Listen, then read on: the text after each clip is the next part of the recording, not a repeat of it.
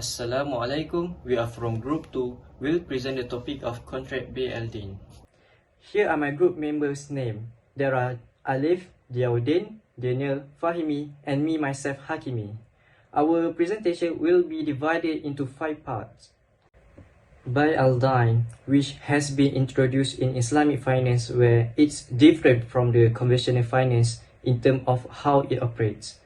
Bay Al Dayn is a term that refers to the sale of a debt arising from a trade or a service transaction in which a deferred payment sale has occurred.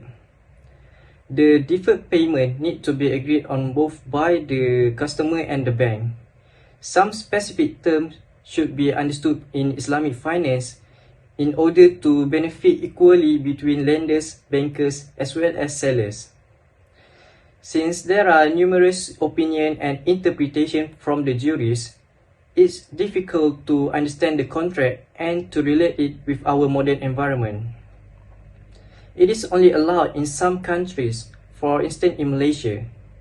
According to the Advisory Council of Malaysia Security Commission, Bay Al Dayn is permissible as long as there is no element of riba and gara. Assalamualaikum, my name is Alif Firdaus bin Mohammad Adzhar and I'm going to present the legality part. Generally speaking, it is known that all 4 major schools of law had allowed the sale of debt to the debtor at its par value based on the hadith narrated by Umar radiallahu anha. One day, he came to see the Prophet, peace be upon him, and told him, I sell camels in Baqi in dinars, debt, and accept dirhams, payment, and I sell in dirhams, debt, and accept dinars, payment. The Prophet said, it is okay, but you should try to accept it at the day price for each before you conclude your contract. Besides, some of Hanbalis allowed the sale, but with 2 conditions, which is the debt is certain and confirmed, and the debt is owned and possessed by the seller. However, when it comes to deferred payments, the sale of debt is not allowed due to the presence of usury, riba, and uncertainty, gharar. Next, let us see the scholars' opinion on sale of debt to the third party. When it comes to sale of debt to the third party, the opinions of the scholars are differed from each other. First, we can see that Hanafis, Hanbalis, and some of Shafi'is do not accept the transaction due to the problem that might arise between the third party and the debtor, where the debtor is unable to settle the debt. Besides, due to its intangible nature, the debt cannot be delivered to the third party. However, Malikis and Shafi'is accept the sale but on 3 conditions. The first one is the debtor must present during the sale. Secondly, the debtor need to confirm the debt. And the third condition is that the debtor have legal capacity. But the most important thing is that the nature of debt and its payment must be on spot. Now, let's go take a look into the next part of this presentation, which is issues and implication. So the first issue arise for this topic is the issue of riba. Okay, so what is the relationship between riba and Bay Al Dayn? Bay Al Dayn, as we know, is the sale of debt. Okay, or is referring to the basis of selling debt which result from exchange contracts. Same like BBA, by vitamin agent. So is in Islamic law, dayn only can be sold at the par under purview of hiwalah or transfer of debt. So in other words, there is no profit gain in this concept of trading. However, okay, in Malaysia, the Central Bank of Malaysia, the one who responsible to really regulate the sale of Islamic bonds. Okay, so they overcome of conditions set by Mazhab Maliki. They using the approach of Mazhab Maliki on the regulation of Islamic bonds sale. Okay, so the Malaysian jurists hold the view that the sale of security debt and dayn is similar to the properties. Sale of properties. This automatically will qualify bonds as a property. And as we know that property can be sold at any price agreed by the parties. And if the bonds is qualified as the property, it means that bonds also can be sold at any price. And this is totally opposite with the Islamic law that said that the selling of debt cannot gain any profit of that trade. Okay, so the implication is Malaysian jurists have their own reason because they said that prohibition of Bay Al Dayn will only be applicable if there is a third party involved in the activity. So the second issue is sale of debt deferred price to the third party because the institution or the party want to make money faster. So the implication is there is three opinion by the jurists. The first is they allow this thing to happen. According to Hanafi, Shafi'i, Hanbali, and Zahiri, the debt whether confirm or non-confirm is not allowed to be sold to a third party at all. So the first opinion is they are not allowed for the transaction. The second is the opinion that are allowed from Hanafi, from Shafi'i, some of the Shafi'i jurists, and Hanbali like Ibn Kathir.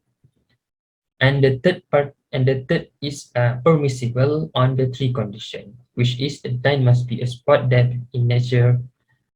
The debtor must be rich person and he has to accept the sale, or there must be strong evidence to prove the existence. And the third is the buyer must pay the price of the debt on spot basis.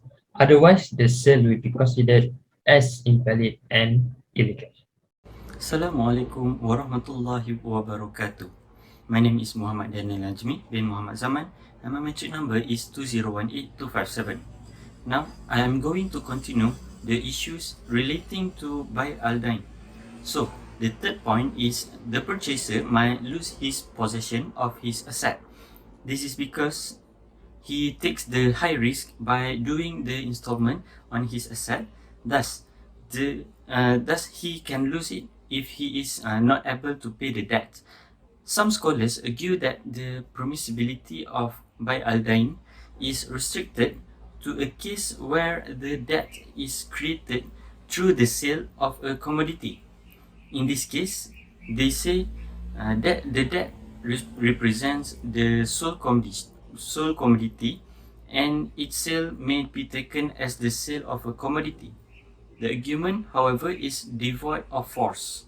For once the commodity is sold, its ownership is passed on to the purchaser and it is no longer owned by the seller. What the seller owns is nothing other than the money. However, Shafi'is argued that the contract of Bay Al Dayn is permissible if the debt was sold in exchange for the goods and it must be delivered immediately. The next issue is about the legitimacy of the contract itself. When we take the debt, generally we do not have the ownership of the asset as we are yet to pay the price of the commodity. Thus, the tendency that we are not able to pay the debt is high. Hence, this may raise gharar in transaction. Though to make ourselves safe from the problem, we are obliged not to participate in any contract that involves gharar. Rasulullah sallallahu alaihi wasallam has forbid the sale that contains gharar in a hadith where he said to his followers to not purchase of the unborn animal in the mother's womb, the sale of the milk in the udder without measurement, the purchase of spoils of war prior to their distribution, the purchase of charities prior to their receipt, and the purchase of the catch of a diver. The first is the Bill of Receipt (ABI). The function is as bill of exchange issued by commercial bank paid the future set to secure debt resulting from commercial transaction. ABI is divided into two, which are ABI purchase Murabaha contract and ABI sale Bay Al Dayn contract. In the diagram below, I have given an example of the sale operation of ABI Bay Al Dayn. Number 1, selling goods to customer. Example of the payment period of 30 days. Number 2, customer sell debt or buy debt based on export document at discount price by a Dayn contract. Number 3, the buyer made a payment at the full invoice price on the maturity date. And lastly, the buyer make full payment to the bank. Second, Bill of Exchange Purchase Islamic BEPI. BEPI means the bank buy the debt of its customer as a result of outgoing bill for collection under the account basis. There are two categories of purchase bill of exchange, namely domestic purchase bill of exchange (DBEPI) issued in Ringgit Malaysia, and FBEPI bill of exchange foreign purchase issued in a foreign currency.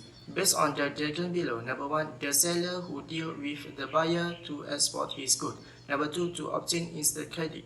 The seller sell his debt to the bank by submitting the relevant transaction document based on the letter of credit procedure. Number 3, the bank Islamic buy the debt of its customer at the discount based on the Bay Al Dayn contract and issued a purchase exchange bill (DBEPI) or foreign purchase exchange bill (FBEPI). The bank then credit the money immediately into the customer account. Number 4, the selling bank, negotiating bank, then send the transaction document to the importing bank, issued bank, for the purpose of demanding payment from the buyer. Number 5, the importing bank contact the buyer and advise him to make a payment immediately. Number 6, the buyer importer make a payment to his bank, issued bank. And lastly, number 7, the buyer bank send the buyer payment money to the bank. Lastly, export credit refinancing (ECRI). This is a short-term financing aimed to encourage export activity. There are two different parts, namely ECRL pre-shipment and ECRL post-shipment. There are two diagrams. One is operation of pre-export credit refinancing transmission (ECRI). Step number 1, customer buy raw material from supplier to prepare goods or asset ordered by the buyer. Number 2, the customer applied for financing from an Islamic bank to clear payment to the supplier. Number 3, Bank Islam use its fund to settle full payment to supplier by purchase raw material. Number 4, Bank Islam in turn sell to customer the raw material, such in murabbahah with mutual benefit. Number 5, Bank Islam then sell the customer debt document to Exim Bank.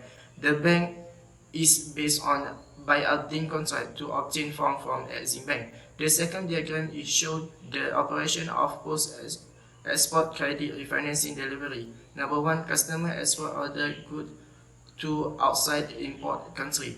Second, the customer bring the document related to the sale and the good to the Islamic bank as a proof of debt that has incurred. He then sold the document to the Bank Islam. Is based on Bay Al Dayn contract. Number 3, Bank Islam sell the document to Exim Bank. And the last step, ban on the Bay Al Dayn base to obtain cash. To sum up, the contract of Bay Al Dayn should be recognized for its contribution to the Islamic economy, particularly Islamic banking and finance.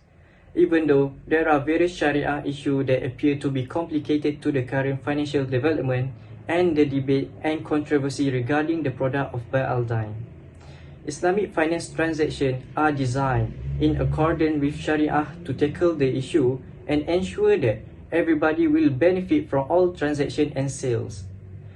To guarantee that the contract is widely practiced, certain requirements should be met, or at least an attempt should be made to allow the contract to be used while conducting the economic transaction. The most important thing of the contract is it must be Sharia compliant.